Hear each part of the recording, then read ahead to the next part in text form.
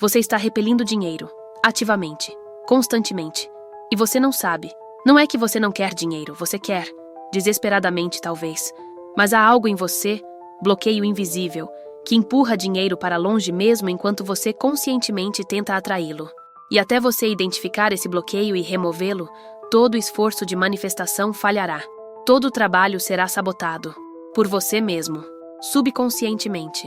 Florence Scovel Shinn identificou esse bloqueio invisível trabalhando com milhares de pessoas e descobriu que é sempre o mesmo bloqueio, específico, identificável e, mais importante, removível. Fique até o final porque vou te revelar exatamente qual é esse bloqueio, como saber se você tem e como removê-lo permanentemente para que dinheiro finalmente possa fluir para você sem sabotagem interna. Imagine ímã. Ímã atrai metal. Mas imagine que ímã está coberto com substância que bloqueia magnetismo. Metal não gruda. Não porque ímã não funciona, mas porque há bloqueio entre ímã e metal. Remova a substância bloqueadora. Ímã funciona instantaneamente. Você é ímã. Dinheiro é metal. E há substância invisível bloqueando a atração. Substância não é física, é psicológica. É crença específica.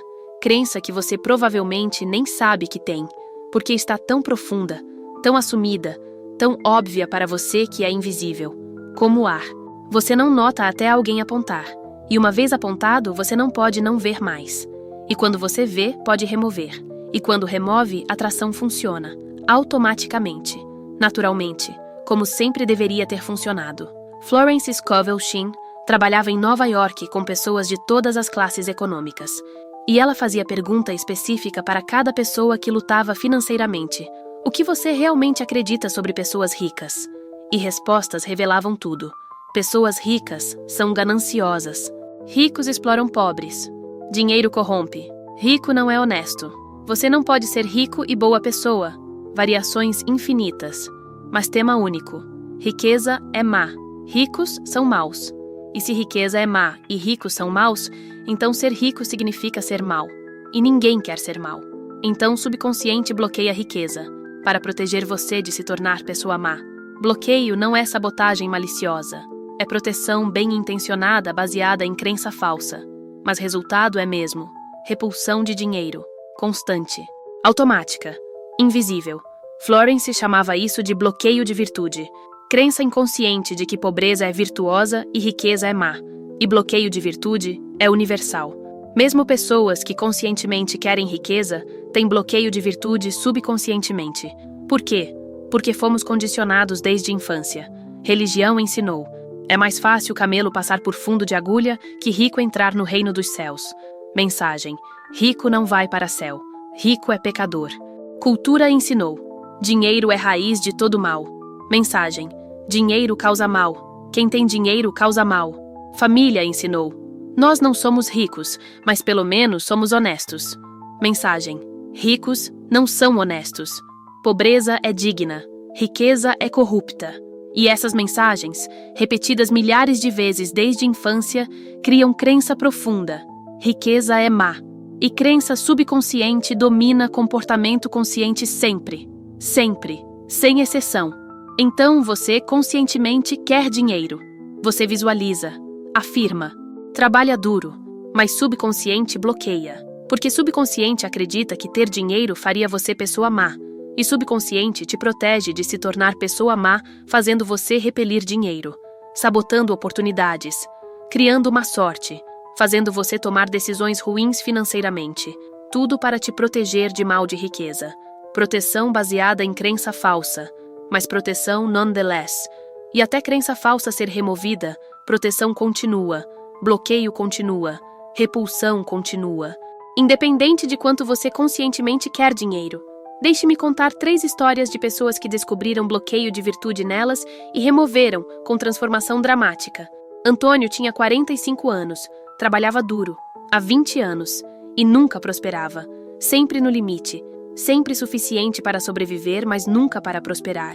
E ele não entendia por quê. Ele era competente, trabalhador, honesto, mas dinheiro escapava, sempre. Oportunidades apareciam e desapareciam. Ou ele as sabotava inexplicavelmente, ou má sorte acontecia. Padrão de vida inteira. Antônio foi a terapeuta que estudava Florence Scovel Shinn. Terapeuta perguntou: o que seu pai dizia sobre pessoas ricas quando você era criança? Antônio pensou e lembrou. Pai dizia constantemente: rico é ladrão. Ninguém fica rico honestamente. Eles roubam de trabalhadores como nós. E pai tinha orgulho de ser pobre. Nós somos pobres, mas pelo menos temos dignidade. Rico não tem alma.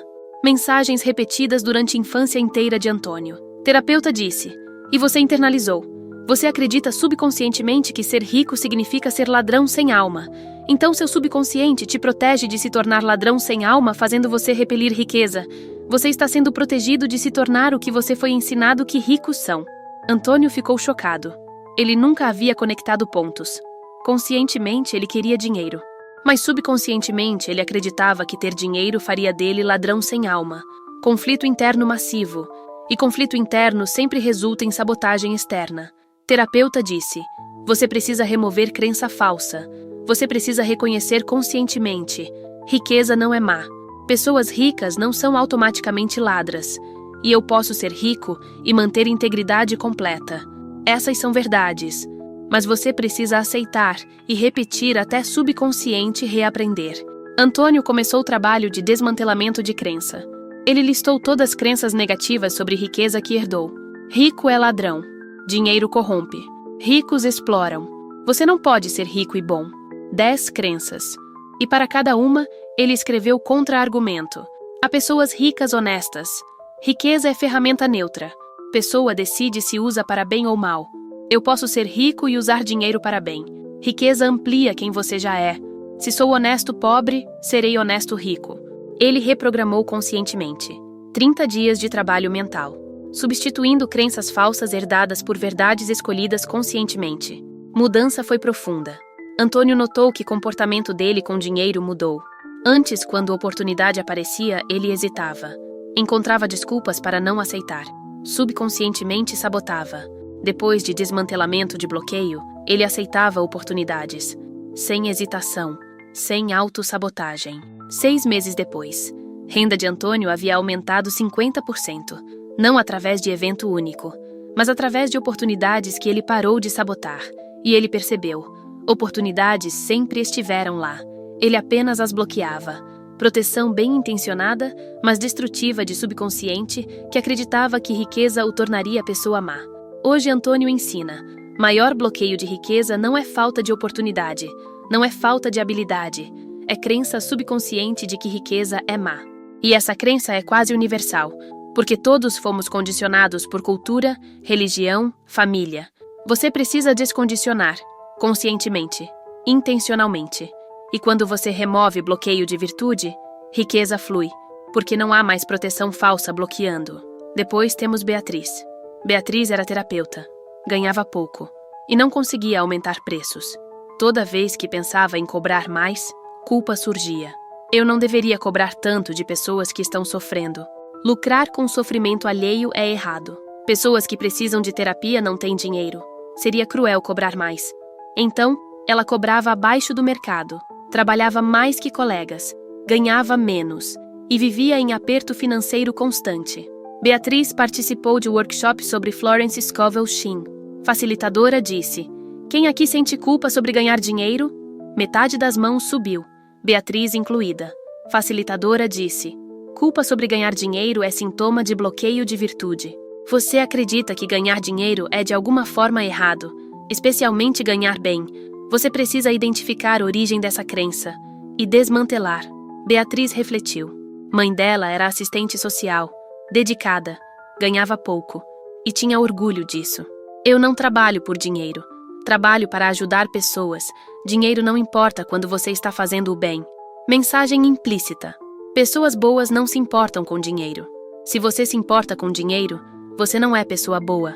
Você é egoísta, materialista. Beatriz absorveu. E subconscientemente acreditava que cobrar bem por serviço faria dela pessoa má, egoísta, materialista. Então bloqueava dinheiro para manter virtude percebida. Facilitadora disse: verdade é, você servir bem e ser bem pago não é mutuamente exclusivo. Você pode ajudar profundamente e ser recompensada financeiramente. Na verdade, quando você é bem paga, você pode servir melhor. porque não está estressada financeiramente, não está esgotada, não está ressentida. Você está energizada. E energia permite serviço melhor. Então ser bem paga aumenta a capacidade de servir, não diminui. Beatriz precisou ruminar nisso. O conceito era o oposto de tudo que ela absorveu, mas fazia sentido lógico. Ela decidiu testar. Ela aumentou preços 20%. Primeiro aumento em 5 anos. Culpa surgiu, mas ela manteve. Ela usou o mantra: eu sirvo profundamente e mereço compensação justa. Minha riqueza me permite servir melhor. Repetiu toda vez que culpa surgia. Resultado: nenhum cliente saiu. Alguns novos clientes valorizavam mais porque preço era justo. E renda de Beatriz aumentou 20% imediatamente. Encorajada, ela aumentou mais 10% 6 meses depois. Mesma coisa. Nenhuma perda. Mais valorização. 1 ano depois de workshop, renda de Beatriz havia aumentado 40%. E crucial, ela servia melhor, porque estresse financeiro havia diminuído, energia aumentou, qualidade de serviço melhorou. Tudo o que facilitadora havia dito se provou verdade. Beatriz refletiu. Bloqueio de virtude me manteve pobre por anos, porque eu acreditava que pobreza provava que eu me importava, mas pobreza apenas me exauriu e limitou o impacto. Quando removi bloqueio e permiti compensação justa, tudo melhorou. Minha vida e vida de clientes. Bloqueio não estava me protegendo, estava me limitando. E então, temos Carlos. Carlos era empresário, pequeno negócio, e ele sabotava crescimento consistentemente. Toda vez que negócio começava a crescer bem, algo acontecia. Ele tomava decisão ruim, contratava a pessoa errada, perdia cliente grande, padrão repetido, crescer até certo ponto, colapsar, reconstruir, crescer, colapsar, ciclo infinito. E Carlos não entendia por quê. Carlos leu Florence Scovel Shinn e encontrou o conceito de teto de dinheiro. Teto autoimposto baseado em crença de quanto você merece ou quanto é seguro ter. E teto vem frequentemente de mensagens de infância sobre riqueza. Carlos refletiu sobre infância. Família era classe média baixa e havia tensão constante sobre dinheiro. E pai dizia: gente como nós não fica rica. Isso é para outras pessoas. Nós somos trabalhadores honestos, nada mais. Mensagem: há limite para gente como nós. Ultrapassar limite é sair de lugar. É pretensão. É tornar-se algo que não somos. Carlos percebeu. Ele internalizou o teto. Subconscientemente, ele acreditava que ultrapassar certo nível de riqueza seria sair do lugar. Seria pretensão. Seria atrair classe de origem. Então, toda vez que negócio crescia e se aproximava de teto, subconsciente sabotava. Para mantê-lo em lugar certo, lugar seguro, lugar que não traía classe de origem. Bloqueio não era sobre virtude diretamente, era sobre pertencimento. Mas efeito era mesmo. Repulsão de riqueza além de certo ponto. Carlos decidiu conscientemente rejeitar teto. Ele escreveu: eu mereço prosperidade ilimitada. Não há teto para meu sucesso. Crescer financeiramente não me faz melhor ou pior que origem, apenas diferente em circunstância. E diferença é permitida, é celebrada. Eu permito crescimento sem limite. Ele leu diariamente, reprogramando, removendo o teto autoimposto. E ele fez algo mais radical.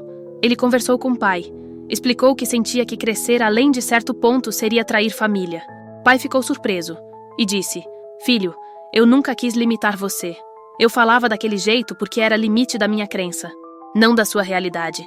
Você pode ir além do que eu fui, e isso me honra. Não me trai. Conversa liberou Carlos.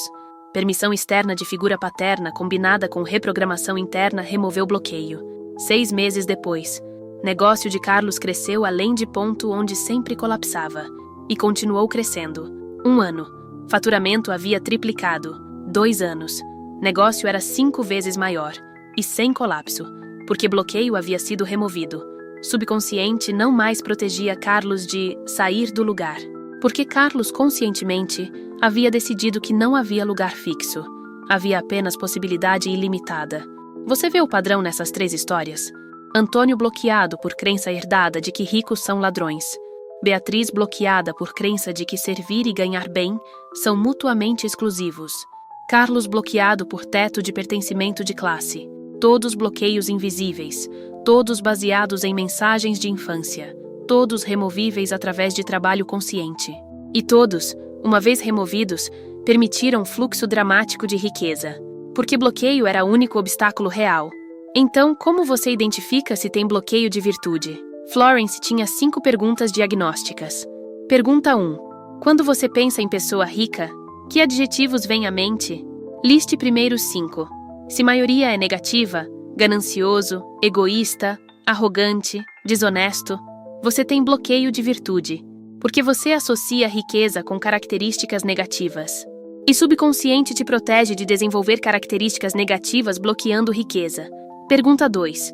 Você sente culpa ou desconforto quando gasta dinheiro em você mesmo, mesmo quando tem dinheiro disponível? Se sim, bloqueio de virtude, porque você acredita que gastar em si é egoísta, e pessoas boas não são egoístas? Então você nega prazer e conforto para manter virtude percebida. Pergunta 3. Você secretamente se orgulha de não se importar com dinheiro? Você se vê como acima de materialismo? Se sim, bloqueio de virtude, porque orgulho de não se importar com dinheiro é desdém disfarçado, e desdém repele. Você não pode atrair o que você despreza. Pergunta 4. Você sabota oportunidades financeiras inexplicavelmente? Hesita quando deveria agir? Recusa quando deveria aceitar? Se sim, sabotagem é manifestação de bloqueio. Subconsciente está ativamente impedindo você de prosperar para te proteger. Pergunta 5. Você tem teto invisível? Nível além do qual você nunca passa? Você cresce até certo ponto e então algo sempre dá errado? Se sim, teto é bloqueio estruturado. Subconsciente estabeleceu o limite baseado em crença de quanto é seguro ou apropriado para alguém como você ter. Se você respondeu sim para 2 ou mais perguntas, você tem bloqueio de virtude. E bloqueio está repelindo dinheiro, constantemente, invisivelmente, mas removivelmente. Protocolo de remoção de Florence tinha 4 estágios. Estágio 1. Identificação de origem. Você senta com diário e você escreve: mensagens que recebi sobre dinheiro e riqueza na infância. Você lista tudo o que lembra. O que pais diziam, o que religião ensinava, o que cultura transmitia. Você documenta completamente, porque consciência precede mudança. Estágio 2. Desafio consciente. Para cada mensagem negativa que você identificou, você escreve contra-argumento. Mensagem: rico é ganancioso. Contra-argumento: riqueza é neutra. Pessoa decide como usar. Há ricos generosos e pobres gananciosos. Riqueza não determina caráter. Você faz isso para todas as mensagens. Você está conscientemente desafiando o condicionamento subconsciente. Estágio 3. Afirmação de nova crença. Você cria afirmações que contrariam diretamente crenças antigas. Eu posso ser rico e virtuoso simultaneamente. Minha riqueza permite maior serviço. Eu mereço abundância ilimitada. Riqueza é bênção, não maldição. Você repete diariamente, 50 vezes. Você está instalando programação nova sobre programação antiga. Estágio 4. Ação contrária. Você identifica comportamentos que são manifestações de bloqueio. Cobrar muito pouco. Sabotar oportunidades. Gastar compulsivamente quando tem dinheiro para não acumular. E você conscientemente age contrariamente. Aumenta preço. Aceita a oportunidade. Guarda dinheiro. Ação contrária demonstra para subconsciente que nova crença é real e reforça reprogramação. Protocolo leva 60 dias mínimo, porque condicionamento de décadas não desfazem dias. Mas 60 dias de trabalho consistente remove bloqueio suficientemente para fluxo começar. E uma vez que fluxo começa, momentum se constrói. E bloqueio não volta, porque você conscientemente escolheu nova crença. E escolha consciente, mantida consistentemente, sobrescreve programação antiga. Florence dizia: você não atrai o que quer, você atrai o que acredita merecer. E merecer é determinado por crenças sobre moralidade de riqueza. Se você acredita que riqueza é imoral, você inconscientemente acredita que não merece porque você é pessoa moral. E não merecimento repele. Sempre.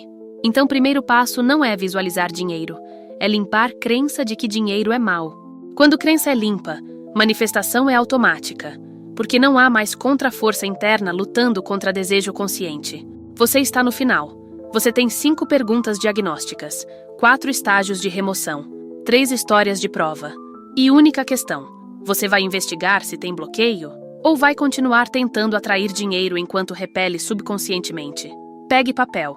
Responda 5 perguntas. Honestamente, se você tem bloqueio, comece estágio 1 hoje. Identifique mensagens de infância. Liste. Amanhã, desafie. Escreva contra-argumentos. Depois, afirme novas crenças. E haja contrariamente. 60 dias, consistentemente. E veja o que Antônio, Beatriz e Carlos viram. Bloqueio removido. Fluxo liberado. Riqueza manifestando. Porque o obstáculo nunca foi externo, era interno. E interno você controla, remove e transforma. Faça. Agora.